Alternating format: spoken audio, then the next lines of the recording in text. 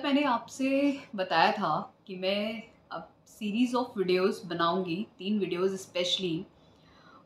किस तरीके के सवाल यूजुअली मुझसे पूछे जाते हैं एज कंसल्टेंट। ओके, लोग मुझसे कंसल्टेशन लेने आते हैं तो किस तरह के सवाल होते हैं, तो मैंने 3 पार्ट्स में बनाने के लिए बताया था। तो आज मैं पहला पार्ट बना रही हूँ, ये उन लोगों के लिए जो यंग एज के हैं, जो ज़्यादातर मुझसे सिर्फ अपने गर्लफ्रेंड के इमोशंस, बॉयफ्रेंड के इमोशंस, मेरा ब्रेकअप हो गया है, क्या वो वापस आएगा, कितने मंथ्स में आएगा, ये सब सवाल करते हैं।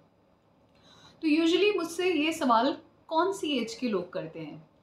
मैंने देखा ये ज़्यादातर वो लोग हैं जो अभी 21st सेंचुरी के हैं। ये 2001, 2, 3, 4, 5, 6, सो जो बहुत यंग है, अभी 15 साल के हैं, 14 साल के हैं, 16 साल के हैं, 17 साल के हैं, मैक्स 20 साल तक के।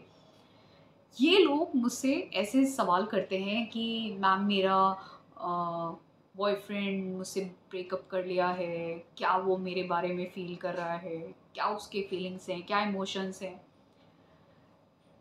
तो इस वीडियो में मैं आपको कुछ फ़नी तरीके से उन इंसिडेंट्स के बारे में बताऊंगी कि यूजुअली हमारी एज और एज के साथ साथ जो सोच है और जो भी हम लोग के जो इमोशंस हैं वो कैसे बदल जाते हैं। क्योंकि मैं एक एस्ट्रोलॉजर भी हूँ, तो मैं कंसल्टेशन देती रहती हूँ। तो हर एक एज ग्रुप का इंसान मुझसे किस तरीके के क्वेश्चन पूछता है, वो मैं आज आपको पहले पार्ट में यंग एज के क्वेश्चंस के बारे में बताऊंगी।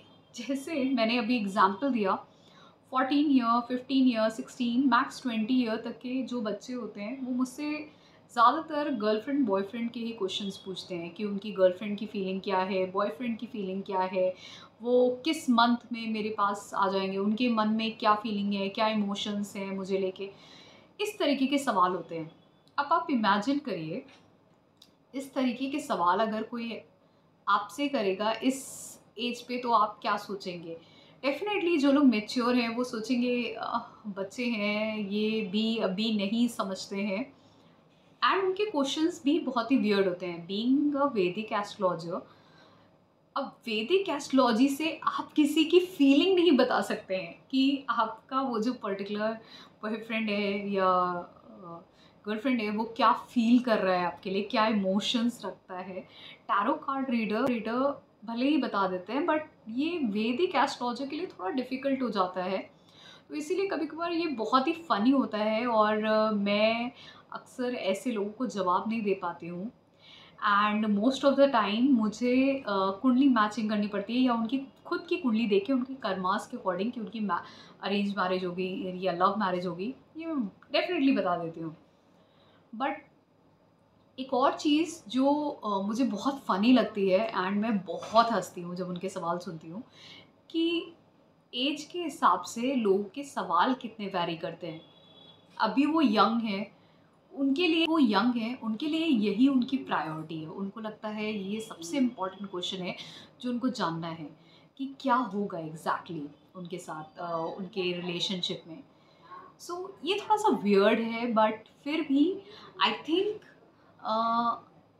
जितना मैं ये जानती हूँ, ये फीलिंग जो होती है ये एक एज तक 20-22 तक, स्टार्टिंग फ्रॉम 13-14 टू 20-22 ये रहती है। उसके बाद की जो फीलिंग्स हैं उसके बारे में मैं सेकेंड पार्ट में बताऊंगी कि उसके बाद की जो जनरेशन है वो मुझसे किस तरीके के सवाल करती है एंड उनकी फीलिंग्स क्या है। एंड फिर जो हायर एज के जो लोग हैं वो ज़्यादातर किस तरीके के सवाल करते हैं, क्योंकि एस्ट्रोलॉजर्स के पास मैक्सिमम 50 तक की जो एज के लोग होते हैं वही आते हैं। उसके अबव जो लोग हैं 60s में, 70s में, they don't come and ask for questions. ये क्वेश्चन सिर्फ स्टार्टिंग फ्रॉम 14-15 ईयर्स से लेके 50s में जो होते हैं, they only ask these questions, और उसके अलावा लोग नहीं पूछते हैं। तो अब सेकंड पार्ट में आई विल टॉक अबाउट जो इससे बड़े एज के लोग होते हैं वो किस तरीके के क्वेश्चन पूछते हैं।